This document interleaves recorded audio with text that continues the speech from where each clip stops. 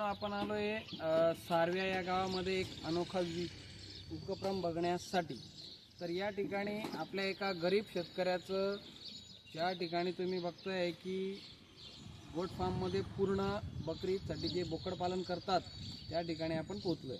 तर बकरी ईदसाठी काकांनी इतक्या छान प्रकारे बोकड बनवलेला आहे, तुम्ही बघू शकता क्वालिटी किती छान प्रकारे आहे।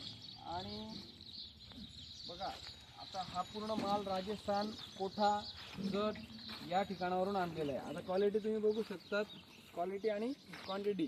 काका आणतात फक्त 10 ते 11 हजार प्रमाणे बोकड, पण बनवतात 40 ते 50 हजाराचा एक बोकड। याचं कारण काय आहे माहिती आहे का? की आता मी सांगतो तुम्हाला, पोल्ट्रीमध्ये आपलं प्रत्येक वेळेस ते फीड खाऊ घालतात, त्याचा हा पण एक रिश्यू आहे आणि रिझल्ट पण छान मिळत आहेत। आणि किती छान प्रकारे त्यांनी छान प्रकारे मस्तपैकी एक गव्हाण चेंज बनवलेलं आहे आणि पूर्णपणे असं एक साध्या सुध्या कंपाऊंडमध्ये पूर्ण हा दिवसा त्यांचा गोट फार्म आहे। तर इथे इन्फेक्शन हे काहीच नाही आहे, बघू शकता तुम्ही। आपण म्हणतो की शेळ्या आजारी पडतात, बोकड आजारी पडतात, पण असं मला एक तरी दाखवा तुम्ही की कुठेतरी तुमचा बोकड आजारी दिसतोय का या ठिकाणी?